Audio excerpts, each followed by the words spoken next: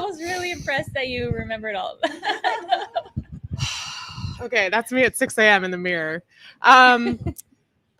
Welcome. Okay, so the microphones are for our live stream audience. Welcome to our panel with Pacific Islanders in Communications and the PIC Hiff 41 Trailblazer, our honoree, Dana Ledoux Miller. Thank you. So we're doing this because of COVID. We're doing it live in person with all of you wonderful people here and also live streaming online. And so that's what these microphones are for all the live streaming individuals so they can hear what we're saying. And we will have time at the end. I will talk a little bit. And then at the end, we will have time for you guys to interact. We really want it to be an interactive engagement as well as questions from the live stream audience. So if people from the live stream audience have questions, they can just type it in wherever they're at. I know. Yeah. Okay. Like Facebook or YouTube or however you're watching online. All right. Without further ado, our Pacific Islanders in Communications Trailblazer Award is given to a cinema artist of Pacific Islander heritage who broadens the scope of Pacific Islander stories onto the world stage, producing award-winning work in independent and global cinema. This honoree is a true trailblazer whose work aligns with PIC's mission, which is to support, advance, and develop Pacific Island media content and talent that results in a deeper understanding of Pacific Island history, culture, and contemporary challenges. The 2021 Hiff PIC Trailblazer Award was presented to Dana Ledoux Miller. Dana is currently co-showrunning Netflix's limited series Rescue, produced by SKG and John M. Chu. Previously, she was an executive producer on Last Resort for $7 Productions and Feigco Entertainment and set up at Quibi as a part of their Break the Room initiative. Prior to that, she was co-EP on AMC's Kevin Can Go F Himself and the supervising producer on AMC's Lodge 49. She is also adapting Cosmology of Monsters for Chernin with Destin Daniel Cretton attached to direct. Dana was a producer on ABC's Designated Survivor and also wrote for Netflix's NARCOS and HBO's The Newsroom. She is a graduate of the Academy for Creative Media at the University of Hawai'i Manoa and now lives in Los Angeles with her family. Hello. Thank you for being here. Thank you for having me. This has been a really cool weekend. Okay, so to start us off, usually with these masterclasses, you have such a vast connection to Hawaii. You grew up here throughout most of your 20s, most of your 20s, yeah. And you graduated from ACM. Can you talk about what that was like and how ACM has influenced your work? And I know you have in the past mentioned mentors at ACM, if you want to talk about any of that.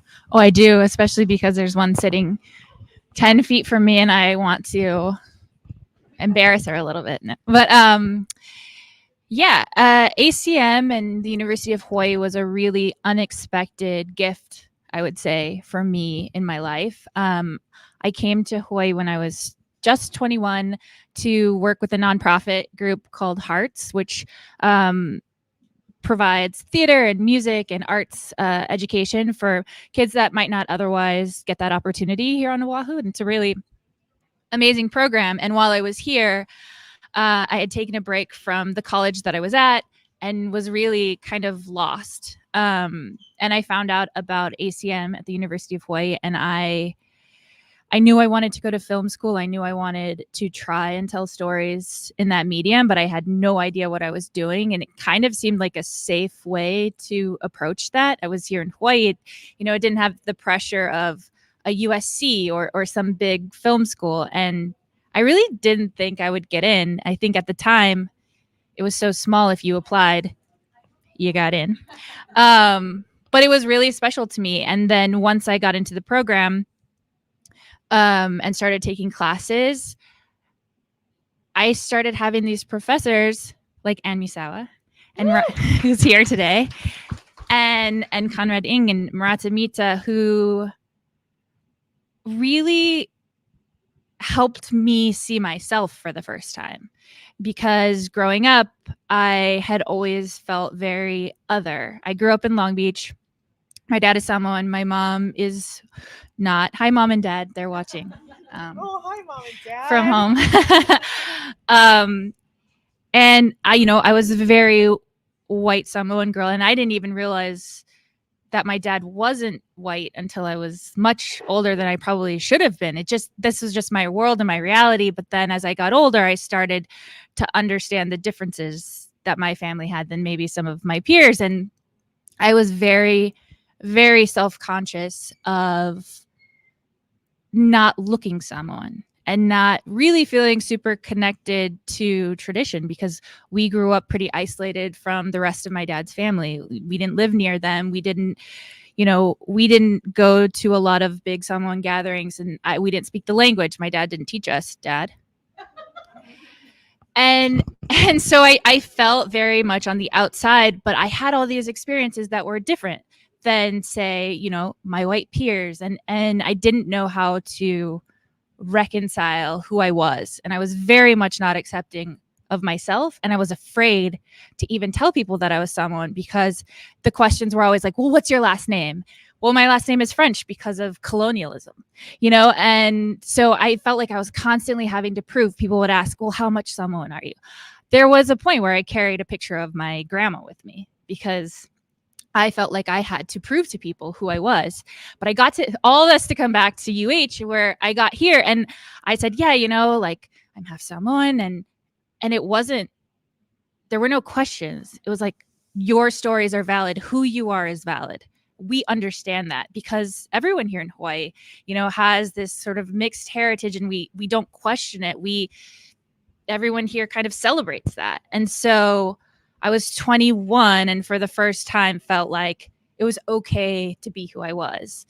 And I will say it's been a journey. Like, I'm not 21 anymore. And it's only been in the last 5 years that I've really started to not apologize for myself. But it started here. It started at UH, and they gave me a voice I didn't know I deserved to have.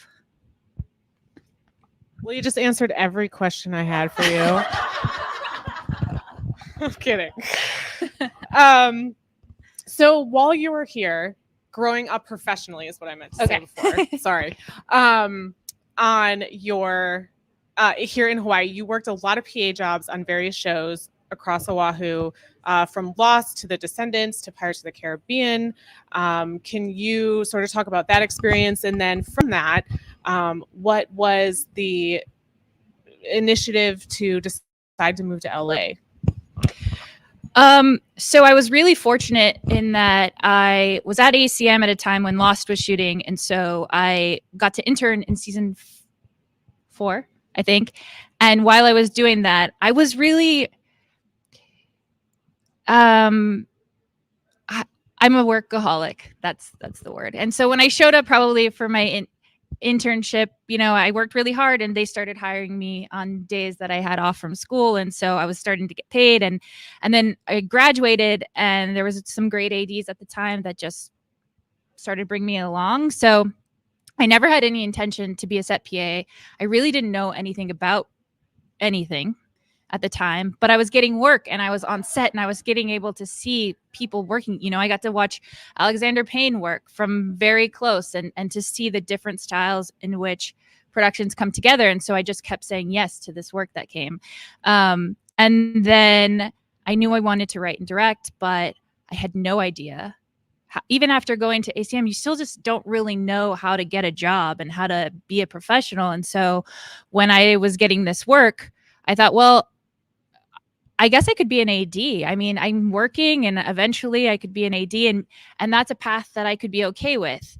But I really, really wanted to tell my own stories, and I wanted to write and direct something. And so that was kind of always in the back of my head. And then when I was working on Pirates 4, I decided to just take a chance and go back with Pirates 4 when they were in LA. I mean, I'm from LA, so I went and, was back home, and I worked there for a year when I was the set PA on the pilot of the NEWSROOM. I actually had another job lined up. I was going to go work on one of the Dark Knights. Like I was like, I'll just be a PA forever.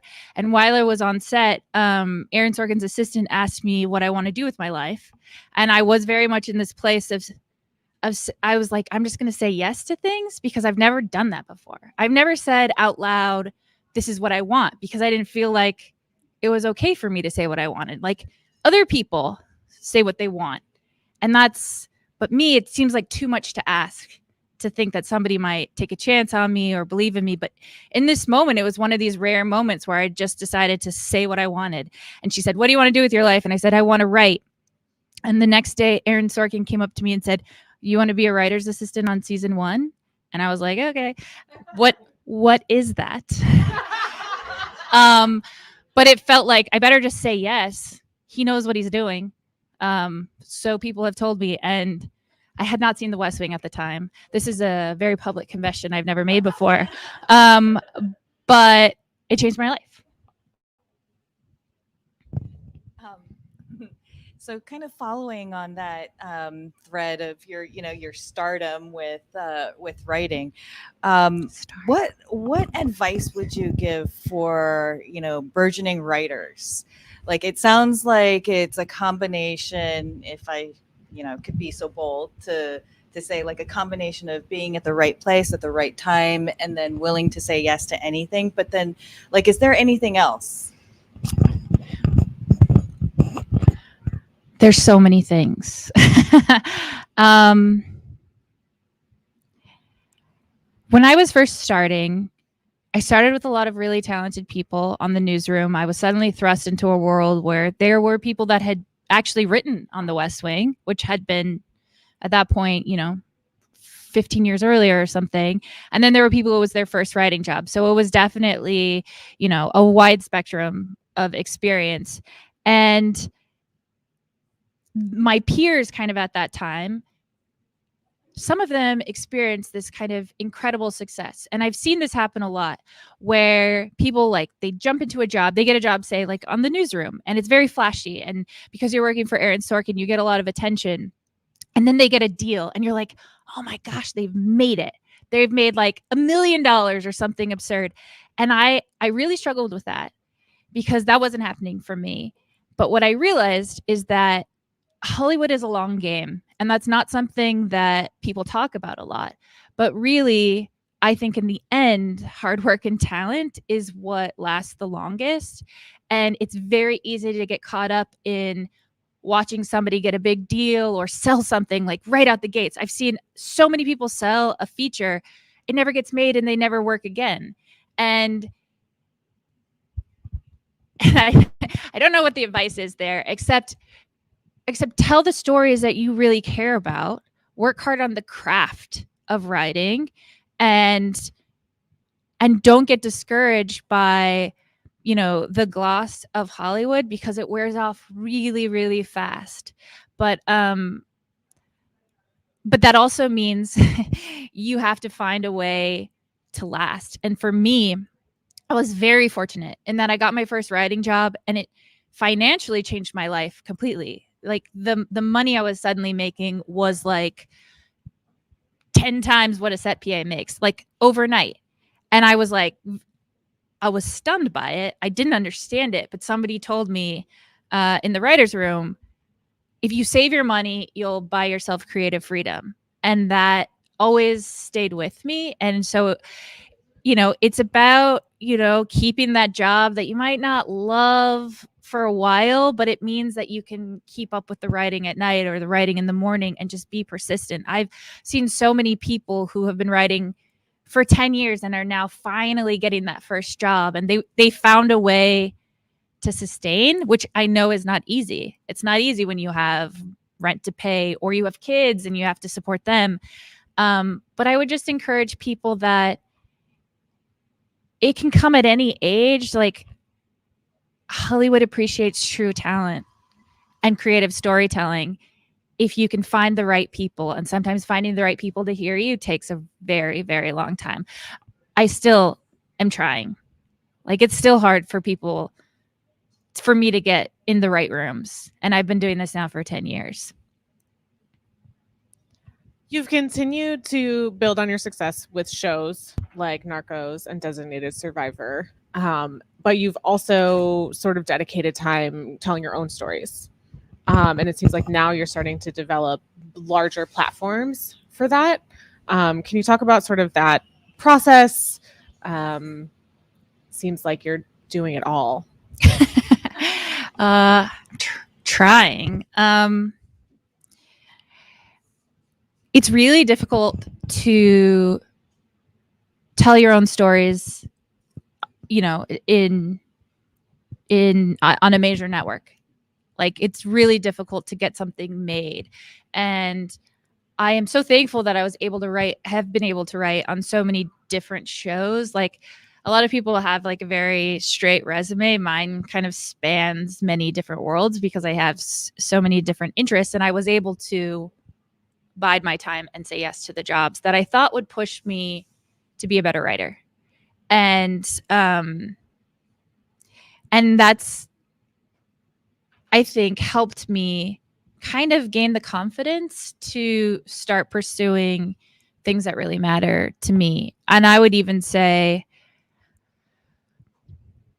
like, I wrote a pilot, I don't even know how long ago now, 6 years ago, maybe. And I would never write this pilot today. But at the time, I knew I wanted to write about identity, because being mixed race and like, I try to always have a character in the things that I write that's kind of going through that, so I can talk about what it means to belong to multiple worlds. And the reason I say I wouldn't write it today is I was so afraid of writing about being mixed Samoan. It was too close to me. I didn't think anybody would want to hear about it. So I picked a totally different ethnicity and experience that wasn't my own. But it was about mixed race and identity. And it was like the beginning of me having the courage to write about something that really mattered to me. And I didn't think at the time that anyone would care or anyone would want to hear it. But we've kind of gotten to a place where people are a little more open to hearing new stories. And so that pilot got me a lot of attention. It still gets me meetings today, even though, like, I'm a little embarrassed by it actually now. But sorry, that's a long-winded way of saying it's been the beginning of a journey for me. And I now am starting to feel like the things that I care about, other people might care about too. And that some of my experiences might speak to people that haven't had that voice before. And so I've pursued some books that I'm developing right now, and that are very much about the Polynesian experience in the modern world. And I think also stories that will resonate with just an American family trying to get by in the middle of the country. And so the idea of bridging such universal themes with such specificity to the Pacific Islander experience is really, really exciting for me.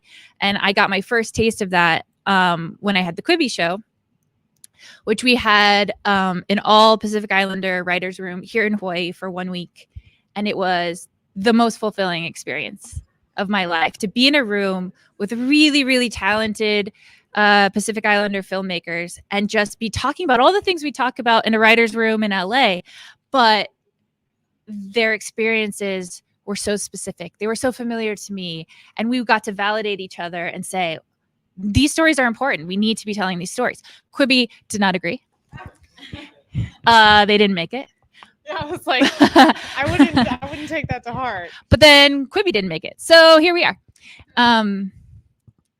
But like, there's just been these really incremental things that have happened in my career that have helped me have more confidence. And the more confidence I get, the more important I feel it is to share that. Because I didn't feel like, at least in LA, that I had that kind of support from other Pacific Islanders. There weren't, at least when I started, there weren't other people out there that I knew and I knew about, and so sharing that experience, answering questions, helping people feel less alone, and like tell them that I might not have had the confidence at your age, but like, trust me, you can do this, has become so incredibly important to me. And again, just following up on what you Yeah. just said, you know, there's a tremendous amount of talent here in Hawaii, local and then specifically Pacific Islander talent.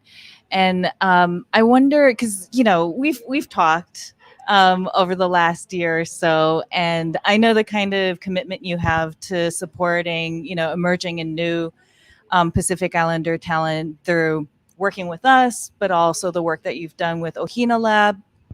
And I'm just wondering if there's something that you can think of from Hollywood, you know, that could be applied here, that, you know, whether it's like working in collaboration or working in collectives or, you know, that kind of stuff.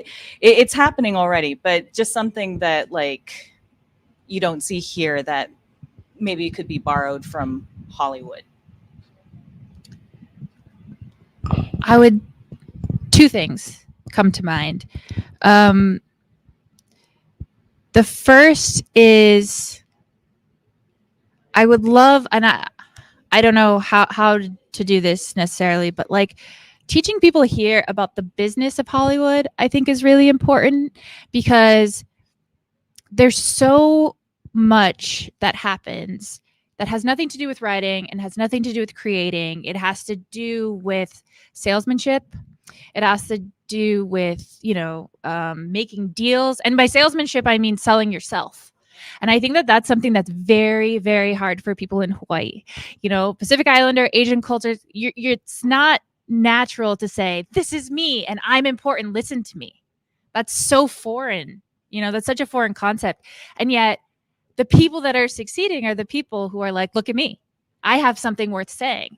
And so it's, I think, finding a way to teach that in the sense of like, this doesn't mean that you are obsessed with yourself and that you know, this just means this is what you have to do to be heard by people who pay, by people who have the ability to get you the access that you're looking for, to get you online, to get you on a streaming network.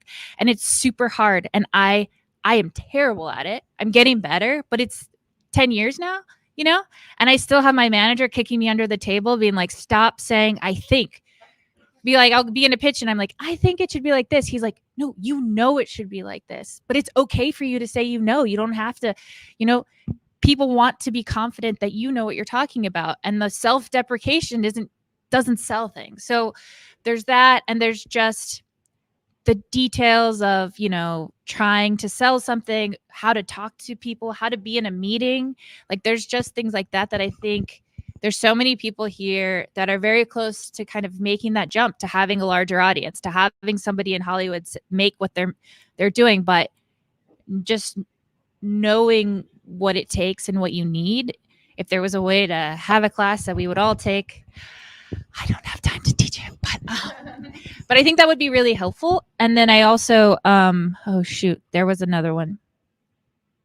Let's just pretend there was only one thing that I thought, because I can't remember. Well, and I think that ties into more investment in these stories and in the community here in Hawaii and the Pacific Island. But it also ties into what you were saying before, where you struggled to say to what you wanted. And I think that that's prevalent in creative communities, in the Pacific Islander community, and also with women. Yes. And so do you, having gone through that experience, have any advice or thoughts around people who may be watching or listening to this, who are struggling with feeling like they can say what they want or tell the story they want or deserve to be at that same level? Ooh. I suggest everyone find a therapist, first of all. I am very much a proponent of therapy. It's helped me in my life, but in all seriousness, mental health is important, and I do recommend it, but also because you hear no all the time. But it's really been through therapy and been through some really traumatic experiences, like working on some of these shows as a woman has been there's been a lot of inappropriate things that I've experienced throughout my career that I wouldn't have if I was a man, if I was a white man, if I would, lots of different factors there. But it helped me have a safe place to really try out some of these things that have been difficult for me, or kind of to learn my own worth. So there's one thing, but also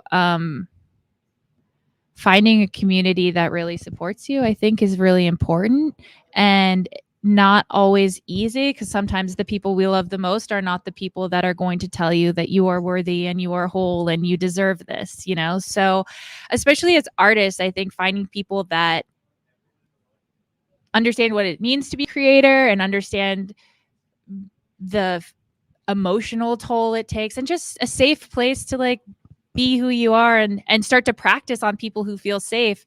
Just even saying things out loud like, I want this. You gotta, it doesn't just happen. It takes strength. It really does. I don't know, look in the mirror and try to say, you're worthy. I don't do that because I couldn't do it. It's too hard, but you could try it. I don't know. That is what my therapist tells me to do every day. Can I get a time check? I would love to hear from you guys, since we're halfway through at this point. Does anyone have any questions? Do we have any questions? Oh yeah, right here. Go ahead. Hey, Dana, Hi. Thanks so much for being here again. Yes. You talked about beginning work and saying yes. But you also talked about buying your freedom to make your career choices, saving your money. So what I'd love to hear from you is how you've used no. The word no. How have I used the word no? Oh, that's a really good question.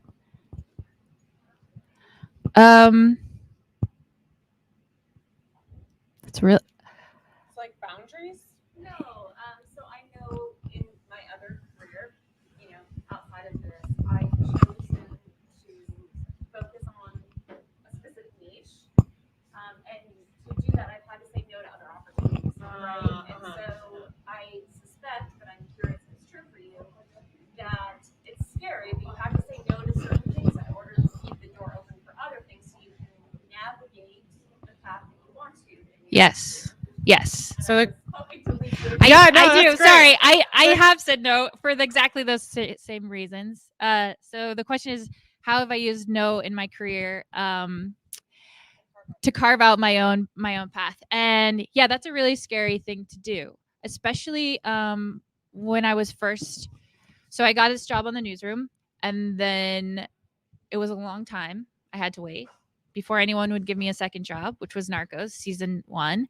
And it's such a scary thing. We're basically contract workers, right? Like we get a job and then we're done, and we're begging someone else to love us and give us another job.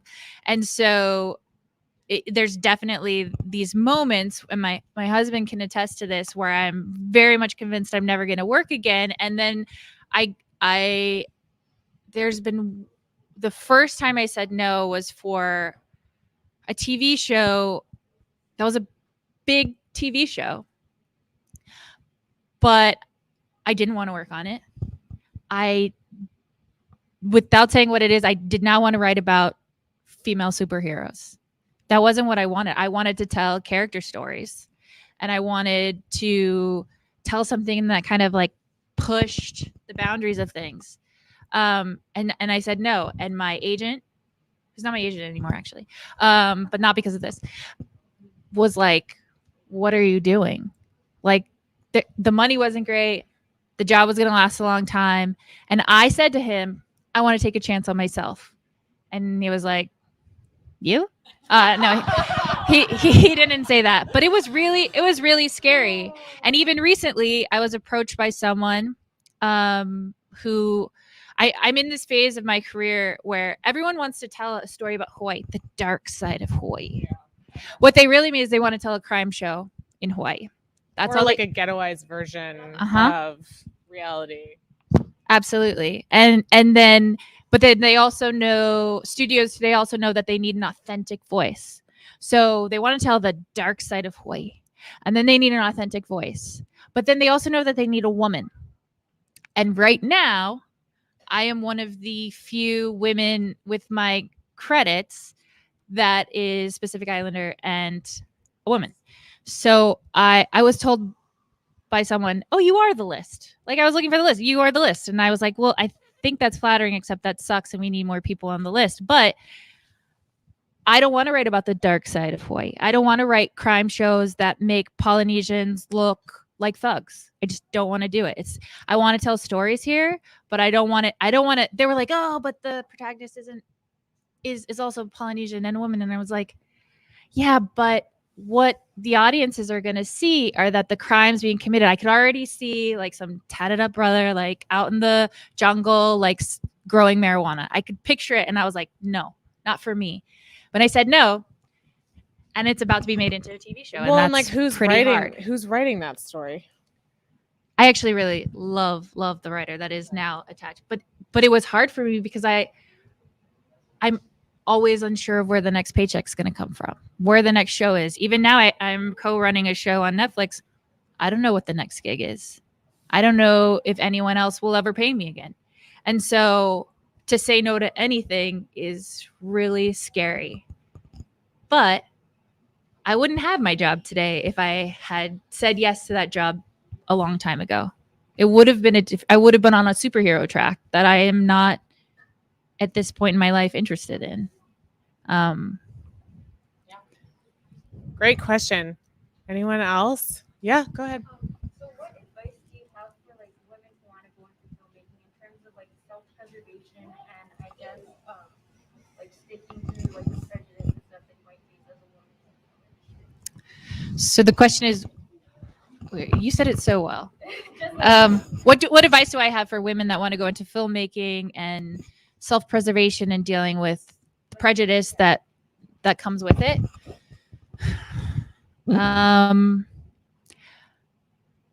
It's tough. Like, I won't lie. It's so hard to be a woman in this industry because as much as things are changing, it's mostly not changing. The microaggressions are real. The physical touch of men that you don't want that are super subtle. And if you called them out on it, they would just say, I was just being friendly. Like, this is just totally normal. I also put my hand on the small of the back of that man over there. You're gaslit constantly and made to feel crazy, which is part of creating a safe space with other people that you can share that with. But I think we're thankfully in a time where you can call that out without consequence. When I first started, I was working on a movie here actually, and a producer offered me his per diem to go to his hotel room. We were shooting at the Kahala. And thankfully, I didn't speak up, by the way. He said something else to an actress on the same movie. And I had mentioned to her casually that this had happened to me.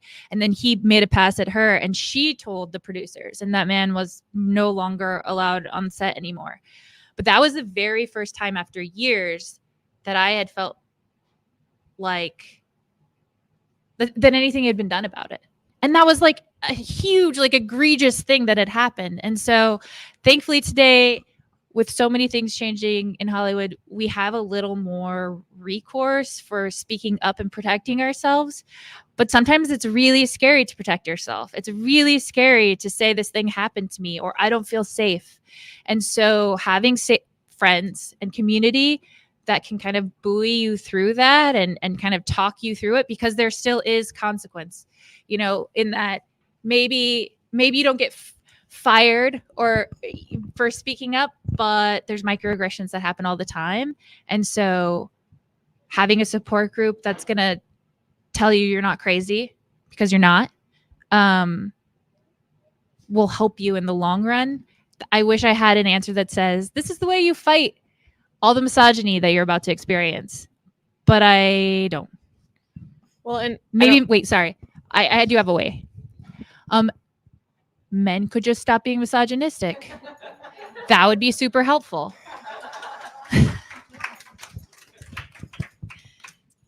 until we get there, finding allies. Allies, Like yeah. the woman that said something in Yes. your situation, because I guarantee and a male producer that stepped up are also and got that allies. guy fired, and well, not fired, just because he didn't get fired, just not asked back to set.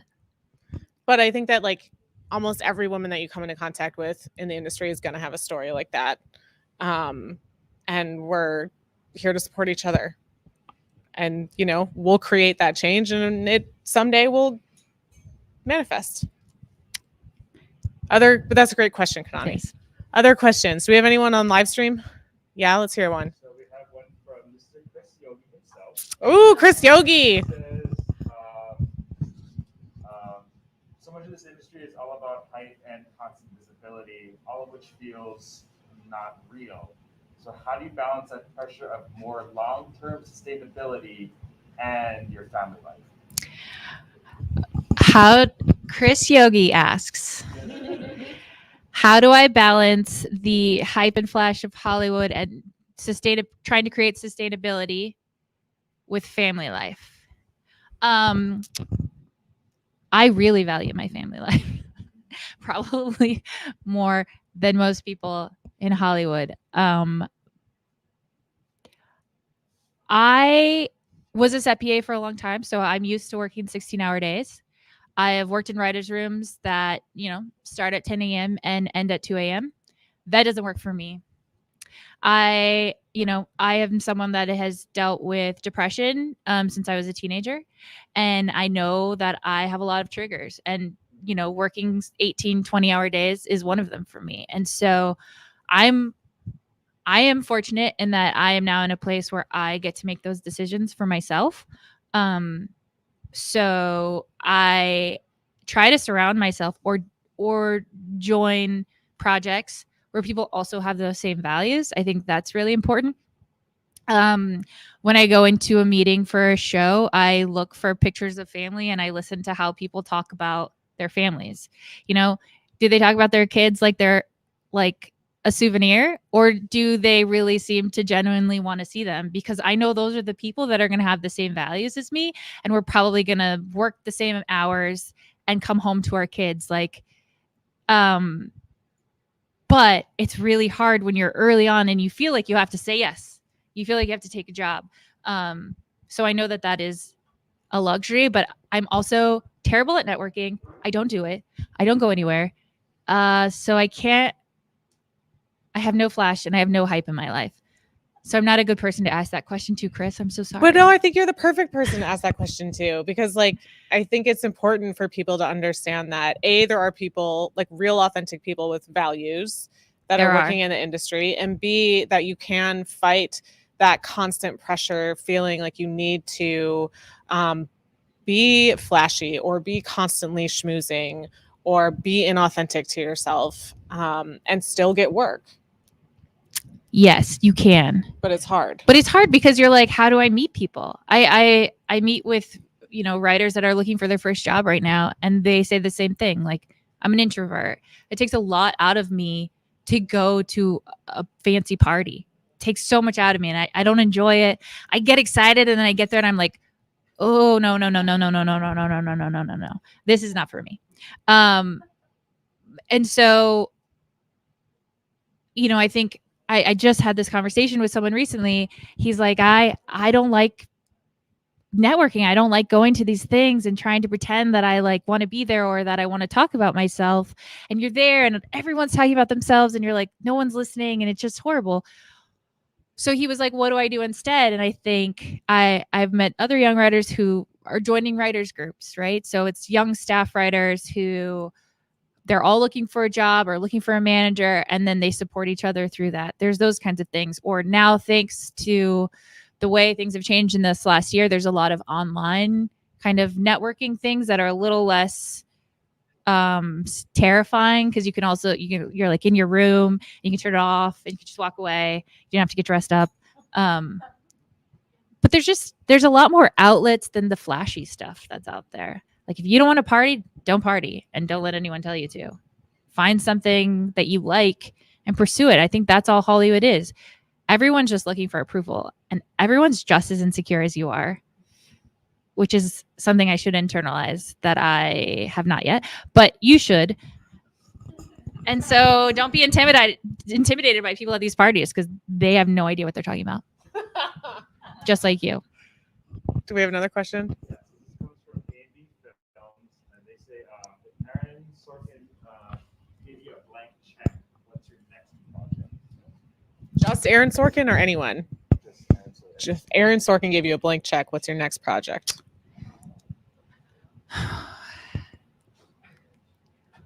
It's a loaded question. If I were to receive a blank check,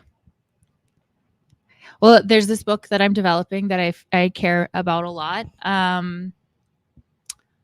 would like to write and direct an indie feature in Samoa, and I would like to hire a Samoan crew, and I would have a lot to learn, and it'd probably be the hardest thing I would ever do because I'm not very good at being a Samoan, and I have to learn a lot of things. But that's what I would do, mostly because it scares me. I don't know if Aaron would write that check, though, but I'll take that check from anyone. You had a question, yeah? Yeah, well, I was wondering, speaking of networking, previous question, like how do you network with other young, rising, indie, film, interested folks here, this island, and throughout the Pacific? You meet Gerard, and then you make him be your best friend, Gerard Elmore, because he knows everyone who's everyone, and he is a talented filmmaker himself. There's so many things here on this island, I feel like Ohina Labs, NPIC, and there's more that I'm missing, that Hiff. Oh, yeah. There's this film festival that has a lot of events. Oh, my God, I'm so sorry. What do they do? Have they been around for 41 years? I feel like there are a lot of organizations here increasingly, and ACM at UH. I feel like following those people and places on Instagram, for me, is how I've kind of kept up with what things are happening. But then there's also so many organizations in Hollywood too that especially have come out of COVID. I feel like that have allowed for more online networking and for people to meet up and get to know each other. I feel like Instagram is your best friend. I can't believe I said that. But for networking, it's a very good thing. Actually, yeah, I mean, you can reach out to whoever on there, and sometimes people respond. And sign up for newsletters. Yeah. There are a lot of organizations here that are trying to support this industry and grow it. All the ones that were just mentioned and more. And, we are constantly looking for ways to get the word out.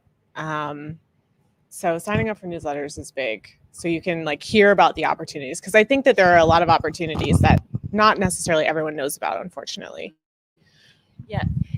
And not just just to kind of piggyback on what Becky said, is not just the events that we're having, but oftentimes we're amplifying other organizations that we know of that have things too. So definitely newsletters. Because we all work together and support each other and want to see everybody grow and do well too. So other questions?